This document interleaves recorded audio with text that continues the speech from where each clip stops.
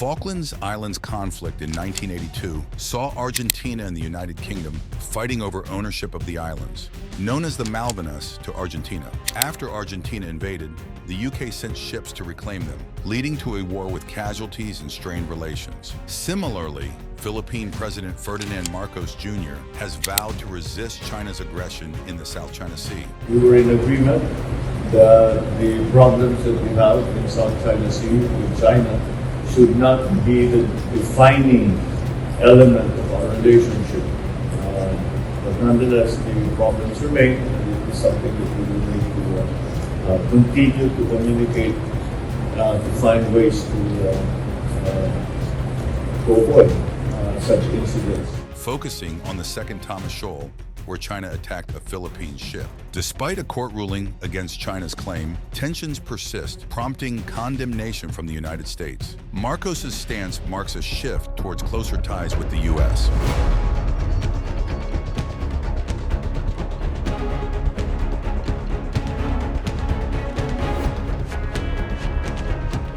To address these tensions, the Philippines must use diplomacy, multilateral cooperation, and legal approaches, along with media influence and defense self-reliance. Additionally, by using media influence to expose gray zone activities, raising public awareness, and improving defense self-reliance, the Philippines can better tackle escalating tensions in the Indo-Pacific region. There are many options on the table that Philippines can work with to put a full stop towards Chinese aggressive acts in the South China Sea.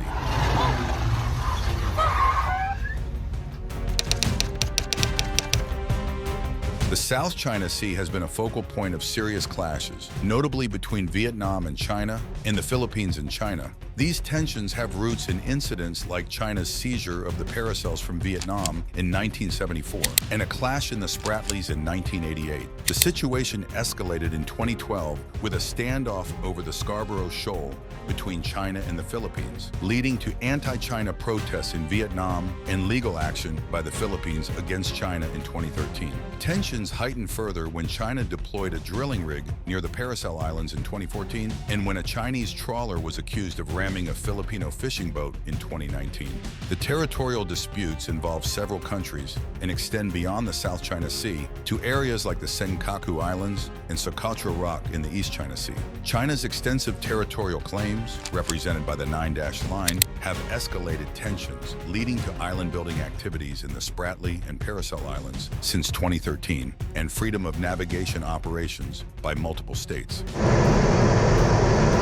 Recently, confrontations between Philippine and Chinese vessels have highlighted persistent tensions. In January 2024, ASEAN issued a statement addressing the South China Sea issue, reaffirming its commitment to peaceful dispute resolution. However, Chinese Coast Guard ships have been obstructing Philippine resupply ships near the disputed shoals, and recent satellite imagery has revealed China's intensified land reclamation efforts in the South China Sea. These actions raise concerns about destabilizing arms buildups and the erosion of international maritime laws, complicating efforts to resolve the long-standing disputes.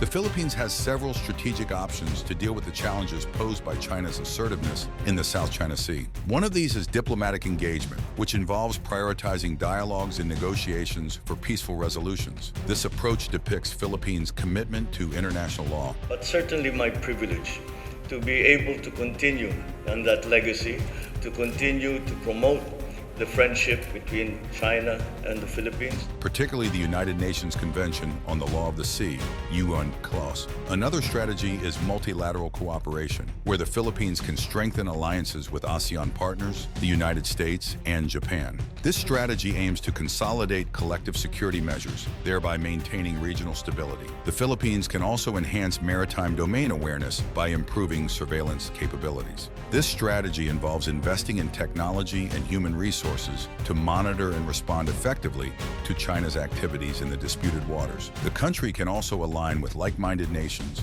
to exert collective economic leverage over China. This could involve trade negotiations or economic sanctions as a group.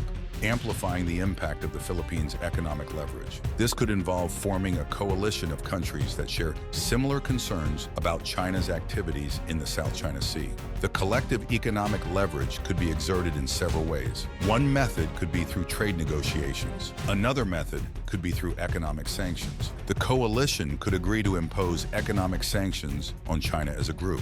The collective approach amplifies the impact of the Philippines' economic leverage. By acting as a group, the coalition can present a united front, making it harder for China to ignore or dismiss their concerns. It's a complex but potentially powerful tool in the Philippines' strategic arsenal. Lastly, capacity building involves investing in the military and Coast Guard capabilities to protect national interests. This could include modernizing naval assets and enhancing the training of personnel.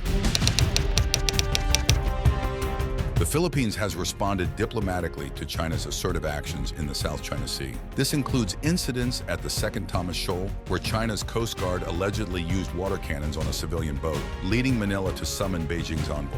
The Philippines accuses China of interfering with its activities within its exclusive economic zone, EEZ, and demands Chinese vessels leave the area. China's extensive claims in the South China Sea, including the Second Thomas Shoal, have been contentious. The Philippines has maintained a military presence there since grounding an old warship in 1999 to assert its claims. China's refusal to recognize international rulings, such as the 2016 Permanent Court of Arbitration ruling, has sustained tensions.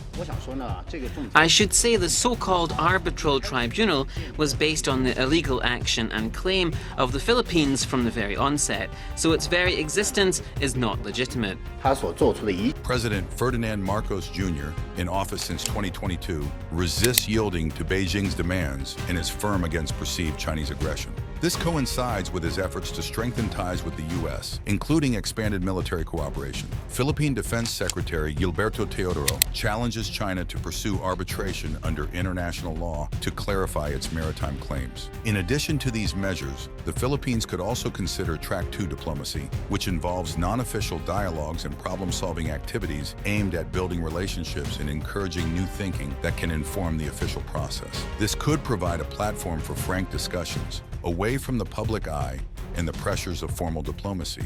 Moreover, the Philippines can focus on concrete negotiations with China, moving beyond the rhetoric of confrontation. Such an approach would require patience, flexibility, and a commitment to dialogue, but it could potentially lead to more sustainable outcomes in the South China Sea dispute.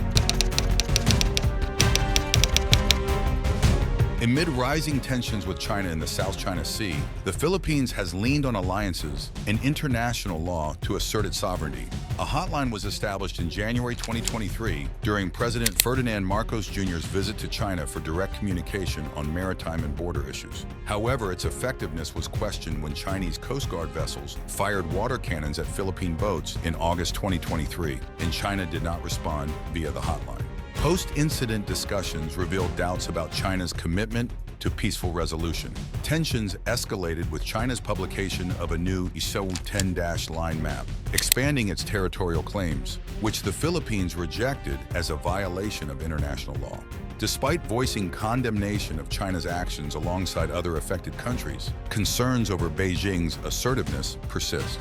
Efforts to address these challenges through diplomatic channels and ASEAN cooperation have been made, but divisions within the regional bloc remain. Under President Marcos Jr.'s leadership, the Philippines remains hopeful and emphasizes alliances, international law, and strengthening military capabilities. Never forget, we are Filipinos. One nation, one republic, indivisible. U.S. naval and air forces conduct freedom of navigation operations, FONOPS, to challenge excessive maritime claims and uphold internationally recognized rights. The South China Sea, a strategic global shipping lane, has been a focus for FONOPS due to territorial disputes among several nations. In the past year and a half, the U.S. has conducted 5 FONOPS, each targeting different types of excessive claims. The first 3 operations challenged the requirement for ships to provide notification or obtain permission before transiting through another state's territorial sea under innocent passage. The fourth operation contested China's excessive Strait baseline claims around the Paracel Islands. The operation targeted Mischief Reef in the Spratly Islands, which China occupies, to challenge the existence of an illegal territorial sea around it. Despite not taking a position on sovereignty disputes in the region, the U.S. remains committed to protesting illegal maritime claims that restrict freedom of navigation in the South China Sea. These operations uphold the principles of the United Nations Convention on the Law of the Sea, which the Philippines strongly supports. By challenging China's excessive claims, FONOPS indirectly support the Philippines' territorial claims in the disputed waters. The presence of U.S. naval and air forces during these operations acts as a deterrent against potential aggressive actions, providing a sense of security for the Philippines.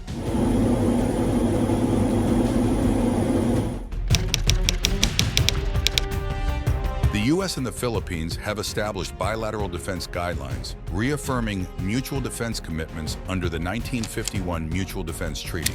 This step towards modernizing alliance cooperation in the Indo-Pacific region is crucial in response to threats, including China's assertive actions in the South China Sea and its stance towards Taiwan. Our focus, our determination when it comes to the Indo-Pacific, our engagement there, and specifically the relationship between our countries, could not be greater, could not be stronger, could not be more determined. We really have a tremendous need, imperative on the strongest possible partnership, and we're grateful for the partnership. To address these challenges, Japan, the Philippines, and the U.S. are strengthening alliances and enhancing coordination. China's coercive behavior in the South and East China Seas threatens the interests of Japan, the Philippines, and the U.S. In response, these allies are leveraging their military alliances to counter Chinese aggression and safeguard regional stability. I affirmed our ironclad support for U.S.-Japanese alliance and for our shared security. We committed to working together to take on the challenges from China and on issues like the East China Sea, the South China Sea. Significant progress has been made in strengthening the U.S.-Philippines alliance through initiatives like the Enhanced Defense Cooperation Agreement, EDCA, and Mutual Defense Guidelines. Japan has also emerged as a key security partner for the Philippines, with agreements facilitating military cooperation and capacity-building efforts. In the event of a Taiwan contingency, the Philippines' strategic location could play a vital role in supporting U.S. and Japanese responses. To counter Chinese gray zone coercion, the three allies must enhance coordination and develop joint responses, with the Philippines addressing disinformation and economic vulnerabilities. In response to growing security threats from China, the Philippines has enhanced its defense capacity and self-reliance. Key developments in 2024 include the approval of the Philippines Self-Reliant Defense Posture Program, which boosts domestic military production and rationalizes defense acquisition processes. An Office of the Undersecretary for Defense Technology Research and Industry Development will be established to oversee domestic production, research and development, and promote the local defense industry. While focusing on self-reliance, the Philippines has also strategically imported defense equipment, acquiring BrahMos cruise missiles from India, 9 vessels from Israel, and an advanced radar system from Japan. The Department of Science and Technology initiated Project Cobra to develop locally controlled and operated armaments, reducing reliance on foreign suppliers. Despite economic challenges, the Philippines remains committed to defense modernization.